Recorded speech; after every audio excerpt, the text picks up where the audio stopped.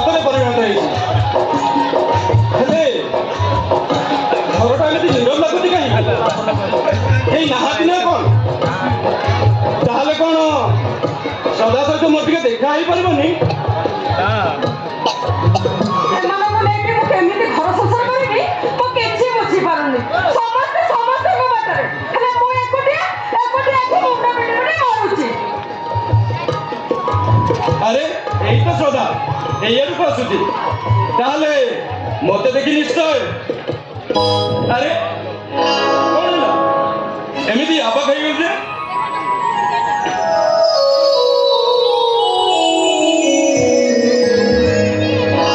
ଆରେ ଆରେ ବାବା, ଏମିତି ବୁଲି ବୁଲି ଦେଖୁଛୁ କ'ଣ? ତୋ ମନୁ ଭାଇ କ'ଣ ତୁ ଚିହ୍ନି ପାରୁନୁ? କେମିତି ଚିହ୍ନିବି ଯେ? ତମେ ପରା ସେ ଗାଁର ମଳିମୁଣ୍ଡିଆ ମନୁ ଭାଇ ହେଇକି ଅଛ। ତମେ ପରା ବାବୁ ଅଫିସରଙ୍କ ଡ୍ରେସ ପିନ୍ଧି ତମେ ପୁରା ଅଫିସର ଭଳିଆ ଦେଖାଯାଉଛ। ରାଧା, ହଁ ମନୁ ଭାଇ, ତାଛଡ଼ା ମୁଁ ତମକୁ ଭୁଲିଯିବି ଏ କଥା ତମେ କେମିତି ଭାବିପାରିଲ କହିଲ? ଆରେ ତମେ ମୋ ବାହାଘର ବେଳକୁ ସିନା ଗାଁରେ ରହିଲନି, ଗାଁ ଛାଡ଼ି କୁଆଡ଼େ ପଳେଇଲ। ହେଲେ ମୁଁ ତମକୁ ଜମା ଭୁଲିନି ମ। ଆଉ ତମକୁ ଧରିକି ଶାଶୁ ଘରକୁ ଆସିଲା ବେଳେ ମୁଁ କେତେ କ'ଣ କାନ୍ଦିବି ବୋଲି ଖୋଜି ଖୋଜି କେତେ କ'ଣ କାନ୍ଦଣା ସବୁ ଶିଖିଥିଲି। ହେଲେ କ'ଣ ହବ, ସବୁ କାନ୍ଦଣା ବେକାର ହେଇଗଲା। ଆରେ କ'ଣ କରିବି କହ? ସେଦିନର ମୋର ବେକାରୀପଣ ଉପରେ ମୋର ଧିକ୍କାର ଆସିଲା। ସହିପାରିଲିନି, ଗାଁ ଛାଡ଼ି ଚାଲିଗଲି। ଅବଶ୍ୟ ଆଜି ଜାଣି ତୁ ଖୁସି ହବୁ, କ'ଣ? କଟକରେ ଗୋଟେ ବଡ଼ ଚାକିରି ପାଇଯାଇଛି। ହଁ, ତମେ ସତ କହୁଛ ମନୁ ଭାଇ? ହଁ ସଦା, ତମେ ଚାକିରି ପାଇଛ? ହଁ। ଭଲ କଥା। ଆଚ୍ଛା, ଛାଡ଼ ସେ କଥା, ଆଁ? ମତେ କହିଲୁ କ'ଣ? ତୁ କେମିତି ଅଛୁ? ମୁଁ ବହୁତ ଖୁସିରେ ଅଛି। ଆଉ ଏତେ ଖୁସିରେ ଅଛି ଯେ ତମେ ସେସବୁ କଳ୍ପନା ବି କରିପାରିବନି। ଜାଣିଛ ମନୁ ଭାଇ, ୟାଙ୍କର ନା ମାସକୁ ଦରମା 43,000 ଟଙ୍କା। ଆଉ ଉପରେ ବି ଅଛି। ହେଲେ କ'ଣ ହବ, ଯେମିତି ଆସୁଛି ସେମିତି ବି ପଳାଉଛି। ତମେ ଆଉ ଗୋଟେ କଥା ଜାଣିକି ଖୁସି ହବ, କହିବି ଏଇ ଆଖପାଖ ଲୋକଙ୍କର ବାବୁଆଣୀ ଡାକ। ଆଉ ଏମାନଙ୍କ ଡାକରେ ମୋ ଛାତି ତ ପୁରା କୁଣ୍ଡେ ମୋଟା ହେଇଯାଉଛି। ଆଉ ଚାକର ବାକରଙ୍କର ମା ଡାକରେ ମୁଁ ପୁରା ପୋତି ହେଇଯାଉଛି। ଆରେ ସୁଖ ତ ହବ ସ୍ୱାଭାବିକ କଥା, କିନ୍ତୁ ମୁଁ ଗୋଟେ କଥା ଜାଣିପାରୁନି, କ'ଣ? ଏତେ ବଡ଼ ଘରର ବୋହୂ ହେଇ ତୁ ଏମିତି ଶସ୍ତା ଶାଢ଼ୀଟେ ପିନ୍ଧୁଛୁ କ'ଣ ଯେ? ଓହୋ, ମୁଁ ଆଜି କି ଭୁଲ କରିଛି କେଜାଣି? ସମସ୍ତଙ୍କଠୁ ମତେ ଶୁଣିବାକୁ ପଡ଼ିବ ଦେଖୁଛି ଆଉ। ଜାଣିଲ ମନୁ ଭାଇ, ଏଇ ଲୁଗାଟାକୁ ପିନ୍ଧି ପକେଇଲି ବୋଲି ମୋ ଶାଶୁ ନୁହଁ ସକାଳୁ ମତେ କେତେ ନାହିଁ କେତେ କ'ଣ ଗପି ଗଲେ। କହିଲେ ତୁ ଆମ ବଂଶ ବୁଦ୍ଧିବାଦର ମାନ ସମ୍ମାନ ସବୁ ତଳକୁ କରିଦେବୁ, ଲୋକମାନଙ୍କ ଆଗରେ ଆମକୁ ଛୋଟ କରିଦେବୁ, ଏମିତି କେତେ ନାହିଁ କେତେ କଥା।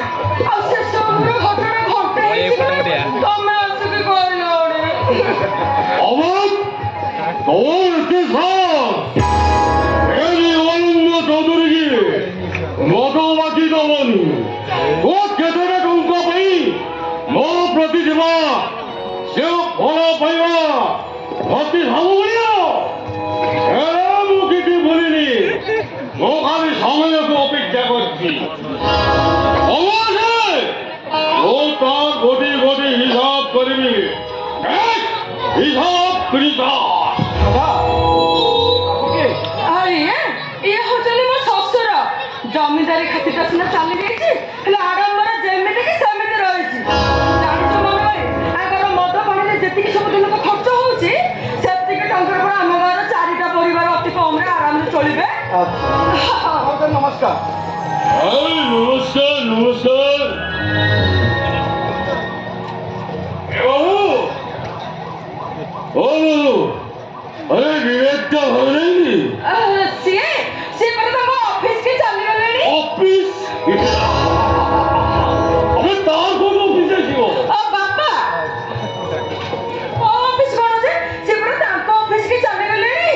ओ तारने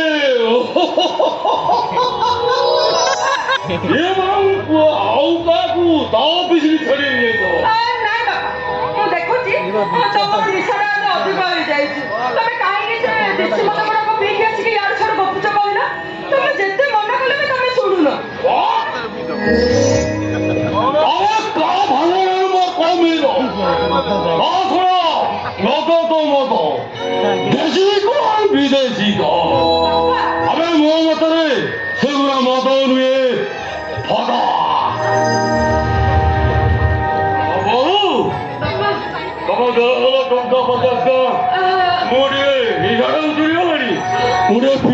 ବାପା ବର୍ତ୍ତମାନ ମୁଁ ଟଙ୍କା କୋଉଠୁ ଆଣିବି?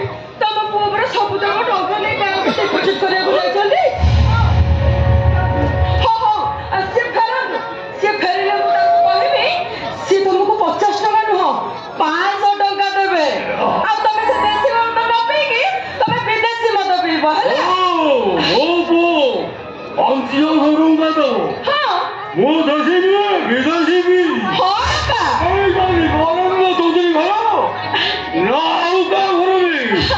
ପାଞ୍ଚଶହ ଟଙ୍କା ମୋ ପୁଅ ଦବ ମୁଁ ଦେଶୀ ନୁହେଁ ବିଦେଶୀ ପିଇବି ଆଇ ମଷ୍ଟ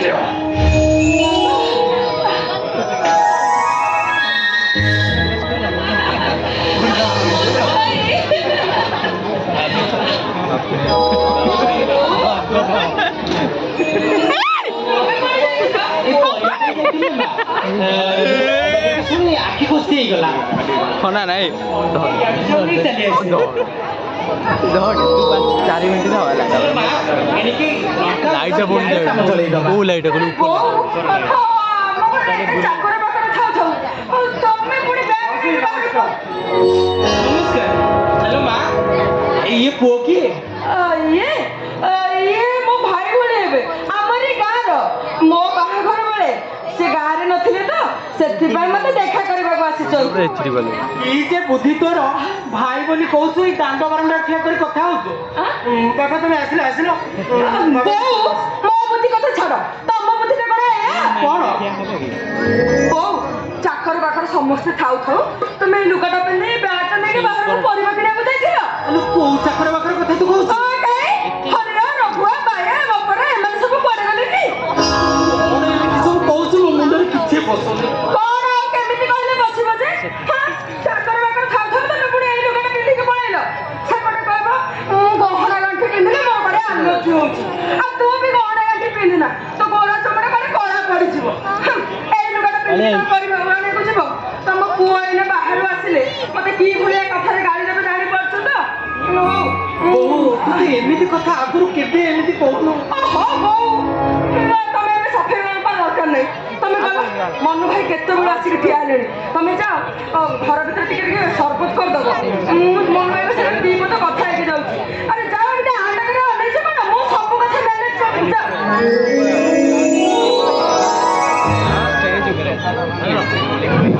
ଭାଉଜ ଭାଉଜ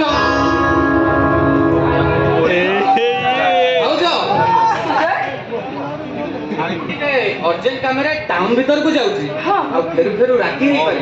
अच्छा आ भाई जदी पचारंती ताको ओटे कोन कहि बुझे दबो मु आसुची। सुनो कोन कहला तमे टाउन भीतर को जीवो पुणी याकु पिंदी होयो तमरो जदी टाउन भीतर को जीबार थिला ताले सब जगह ड्रेस ट्रायल्स करे काई पठे नथिला आयो आसे हां ट्रायल आसे होयो किंतु भाउजो चुप करा भाउजो बोली डाकिले तो सब सरी गला होयो तमरो जदी एते बुलिया को इच्छा होथिला ताले तमे आगो दी हळ ड्रेस ट्रायल्स करे को देलनी सब तमे एका बेला देई पकेइलो नाही टाउन भीतर को जीबे पुणी याकु पिंदी अरे जाते बेला निजे कोन जाओ किंतु भाई आसीबा आगु तमे शीघ्र आसी घर पहुंच जीवो ए ना आंटा बेला निजे कोन जा आ जाओ ना कोन 50 की 100 अछि बाबा टंका